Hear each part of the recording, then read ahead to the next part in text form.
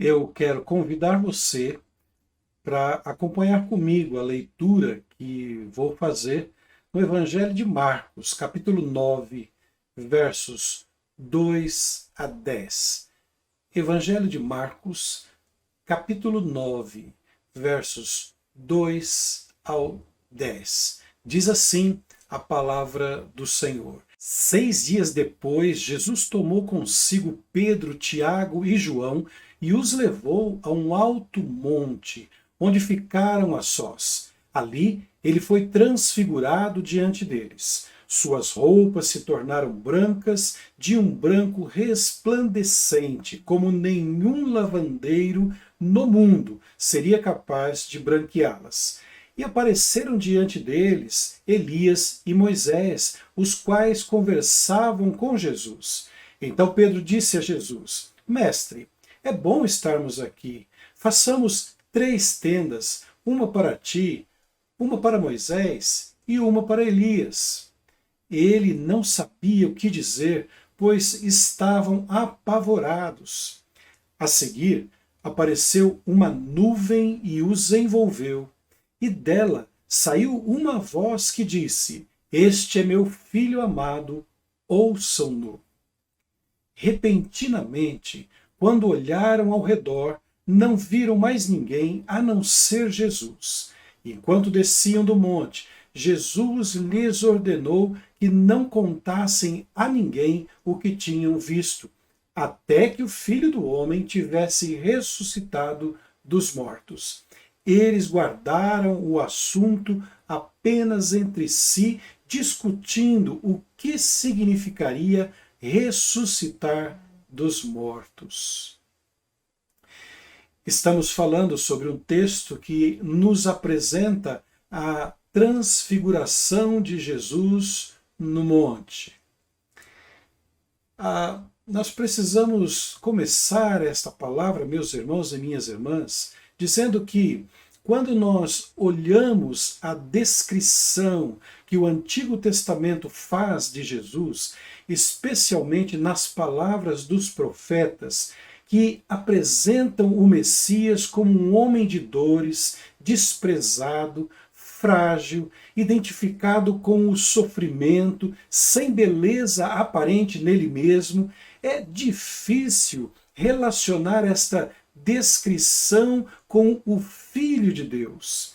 Seria mais fácil, como teria sido para os discípulos lá no passado, se o Messias tivesse se apresentado em todo o esplendor e glória, com todo o poder, domínio, força.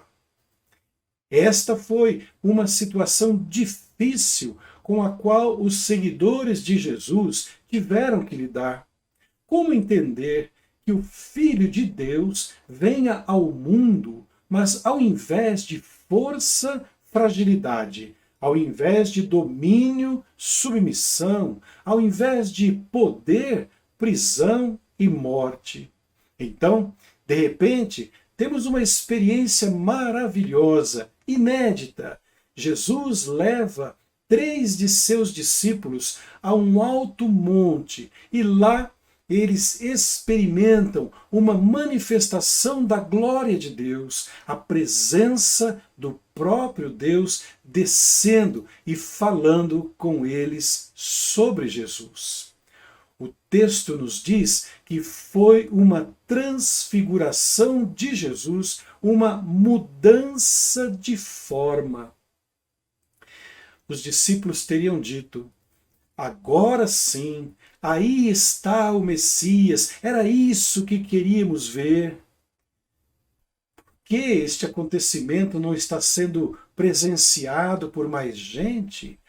Como na multiplicação dos pães diante da grande multidão? Chamem todos os veículos de comunicação. Se havia alguma dúvida sobre o Messias, este é o melhor momento para provar a sua identidade messiânica. Mas este acontecimento se deu de forma reservada a apenas 3 discípulos, Pedro, Tiago e João. há duas perguntas que poderíamos fazer aqui, e se eu não tiver tempo de responder, é uma boa sugestão de estudo para você. Primeiro, por que apenas 3 e não os 12 discípulos foram privilegiados com esta manifestação da glória de Deus na transfiguração de Jesus? Segundo, por que os 3 que estavam lá foram impedidos por Jesus de compartilhar com os outros aquela experiência? Eu ficaria indignado com esta proibição. Eu ficaria tentado a desobedecer e contar o que vi lá na montanha. Afinal, seria um testemunho forte da divindade de Jesus a toda a multidão em dúvida. Mas o fato é que Jesus os proibiu. Certamente, ele tinha suas razões. Quero fazer aqui um parêntese para deixar você familiarizado com alguns termos usados nas Escrituras. Falamos aqui em transfiguração.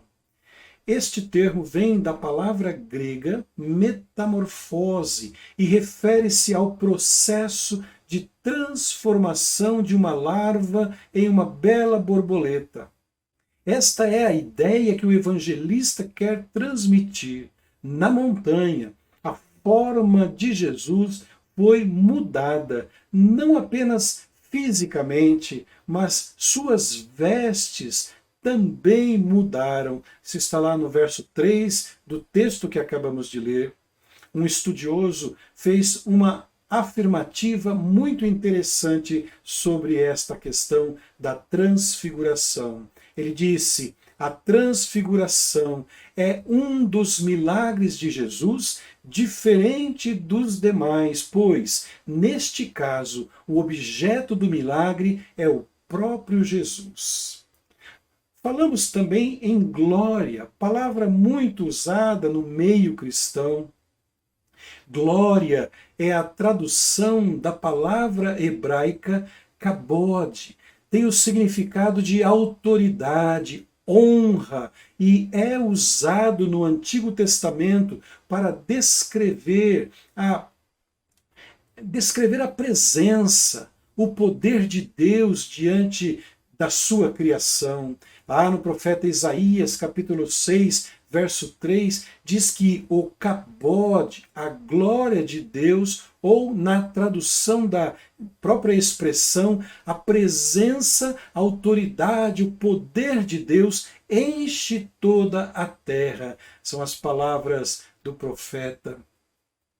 A glória de Deus, a manifestação do seu poder, da sua presença, da sua autoridade, enche toda a terra. Nós temos então que olhar a princípio esse acontecimento da transfiguração a partir da perspectiva dos discípulos. A transfiguração de Jesus, a partir da perspectiva dos discípulos, foi uma experiência incrível, indescritível, inesquecível. Mas vejamos o que aconteceu com eles. O nosso texto inicia dizendo que 6 dias depois, eles foram para um alto monte. E lá, em meio aos acontecimentos, eles ouviram uma voz que disse: "Este é o meu filho amado." Veja, exatamente uma semana antes deste acontecimento que estamos descrevendo, lá no monte, Jesus havia questionado Pedro sobre o que os discípulos pensavam sobre ele. E Pedro respondeu: "Tu és o Cristo, o Filho do Deus vivo." Isso está lá, registrado um pouco antes do nosso texto, em Marcos capítulo 8, versos 27 a 30. Então, agora, no alto do monte, o próprio Deus se manifesta e diz para Pedro: o que você afirmou com suas palavras se prova agora diante de seus olhos. Olhe para o Messias, veja o meu filho amado, toda a glória divina se manifesta nele agora. Todo poder, autoridade, majestade, divindade está nele. E o texto deixa muito claro também que estes acontecimentos extraordinários são para visualização dos discípulos. É para eles, é para os discípulos visualizarem, para que eles vejam, para que eles experimentem, é para que eles renovem as suas esperanças e as suas convicções. Veja a descrição do texto. Jesus foi transfigurado diante deles. Diante deles. Verso 2. Segunda parte. Elias e Moisés apareceram diante deles. Diante deles. Verso 4. Terceira parte. Uma nuvem os envolveu. Verso 7. Os envolveu.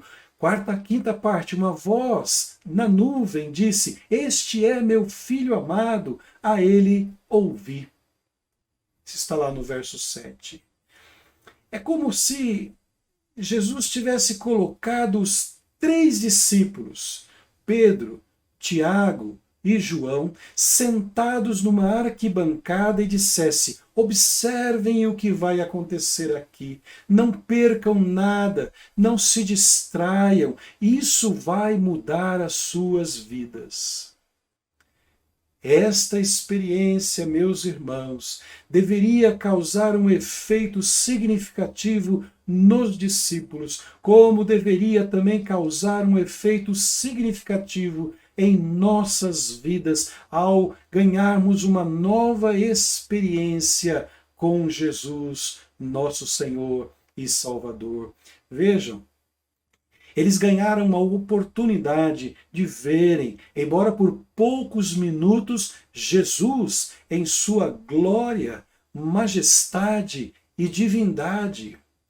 O evento é tão extraordinário que Marcos está se esforçando para traduzir em palavras humanas.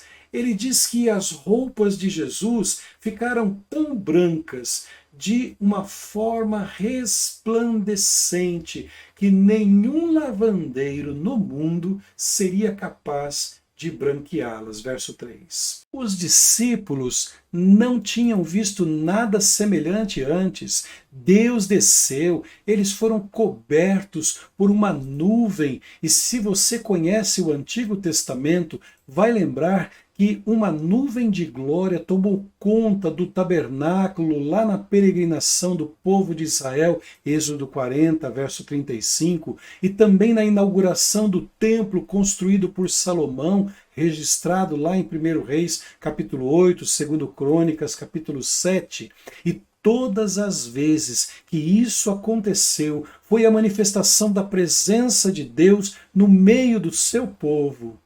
Os discípulos ouviram a voz do próprio Deus. Não é maravilhoso isso? Deus desceu mais uma vez na nuvem e confirmou a identidade divina de Jesus para 3 discípulos. Este é meu filho amado. Ele é o Messias. Há um outro registro sobre as reações dos discípulos naquele momento. É bom estarmos aqui, disse Pedro. É muito bom estarmos nesta condição, nesta situação, neste momento de glória. Apesar dos medos, Pedro estava confortável. Quem gostaria de abandonar tal experiência e enfrentar a realidade do vale novamente? Vamos ficar por aqui, pensou Pedro. Eles estavam tão assustados que não sabiam o que dizer. Mas Pedro arriscou uma palavra com Jesus, lá no verso 5. Mestre, é bom estarmos aqui. Vamos fazer 3 tendas, uma para ti, uma para Moisés e uma para Elias. Os estudiosos chamam a atenção para o lado bom desta proposta de Pedro. Em momento algum, ele se preocupou com ele mesmo. Ele propôs fazer tendas para acomodar Jesus, Moisés e Elias. Eu me deitaria nas pedras e ao relento se fosse para ficar alguns dias nesta montanha. E embora Jesus não aprovasse a ideia de Pedro, há uma boa lição a ser aprendida aqui. Será que estamos tão perto de Jesus quanto deveríamos estar? Será que temos presenciado a sua glória e poder como deveríamos experimentar? Esta deve ser uma palavra de incentivo a você para que busque estar cada vez mais perto de Jesus, experimentar de forma mais intensa a sua glória. Há uma diferença entre aqueles que falam da glória de Jesus e aqueles que a experimentam. Mas, voltando à proposta de Pedro, é claro que Jesus não concordou porque ele tinha uma missão para completar. E quero lembrar você que esta recusa de Jesus tem a ver com a sua vida e com a minha vida. E sabe por quê? Vou te dar algumas dicas. Jesus, por alguns minutos, experimentou novamente a glória que ele tinha junto ao Pai e a glória que ele teria após a sua ressurreição. E o intervalo entre estas duas experiências de glórias é a rota da encarnação, ministério, sofrimento, condenação, morte na cruz e ressurreição. E é essa rota que ele fez por causa do seu amor por mim e por você. Jesus, na transfiguração, poderia ter sido tentado a esquecer a cruz e retomar a sua glória nos céus, mas a transfiguração foi exatamente para confirmar o propósito de Deus para o seu Filho, de resgatar o seu povo da escravidão do pecado. Os discípulos deveriam entender que, apesar da situação confortável, Jesus desceria do monte da transfiguração para o vale do sofrimento e morte na cruz. E isso tem a ver comigo e com você. Vejam isso na conversa entre Jesus, Moisés e Elias. Lucas diz, você lê o mesmo texto, paralelo, no Evangelho de Lucas, ele afirma que Moisés e Elias conversavam com Jesus sobre a sua partida, sua morte e ressurreição. Isso está lá registrado no Evangelho de Lucas, capítulo 9, verso 31. Por que Moisés e Elias? Moisés e Elias são os representantes da lei e dos profetas. Moisés foi o grande legislador do povo de Israel e Elias foi o primeiro e maior dos profetas. A lei e os profetas testificaram de Cristo, sempre indicando o Messias que estava por vir. E agora, analisem comigo. Jesus está experimentando um momento de sua glória como Deus que é, tem sua filiação divina confirmada por Deus Pai. Este é meu filho amado, e ao mesmo tempo está numa conversa sobre sua missão que nada tem de agradável a não ser o sofrimento, a dor e a morte de cruz. Mas este acontecimento diz algumas coisas sobre Jesus.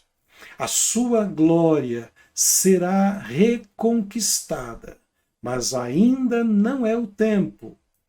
É necessário descer a Jerusalém, enfrentar o sofrimento, a dor e a morte, para salvar as pessoas que Deus ama. Entre elas estão você e eu. Também quero falar aos irmãos sobre o significado dessa transfiguração exatamente para mim e para você. Por que meditarmos neste tema? Por que repensarmos este assunto nesta manhã? A transfiguração é uma experiência de conforto para nós. Está garantido um encontro quase parecido com este da transfiguração, em que veremos Jesus em sua glória. Mas, enquanto isso não acontece, devemos seguir a orientação de Deus Pai. Este é o meu Filho amado, ouçam-no, ouçam-no. Vamos ouvir atentamente o que Jesus tem a nos dizer. Lembra? Eu perguntei no início da mensagem por que Jesus teria impedido os discípulos de contar o que tinham visto. Eu creio e faço coro com alguns estudiosos da Bíblia que eles tiveram que ficar em silêncio pelas mesmas razões que Jesus, em outras ocasiões, também pediu para não contarem a ninguém, especialmente em situações de milagres extraordinários. Jesus não esperava e não espera formar um grupo de discípulos que andam com ele por causa dos seus feitos extraordinários. Ele quer pessoas que ouçam seus ensinamentos e vivam pela fé. Aqueles que se acostumam em segui-lo por seus feitos milagrosos podem facilmente abandoná-lo, mas aqueles que ouvem seus ensinamentos, têm fé nele, andam com ele e confiam em sua palavra, seguirão fielmente Jesus, mesmo quando o sofrimento, a cruz e a morte for tudo que nossos olhos podem ver. Escutem o que ele tem para lhes dizer. Palavras do Senhor. Meu irmão, minha irmã, nesta manhã, escutem bem o que Jesus tem para dizer ao seu coração.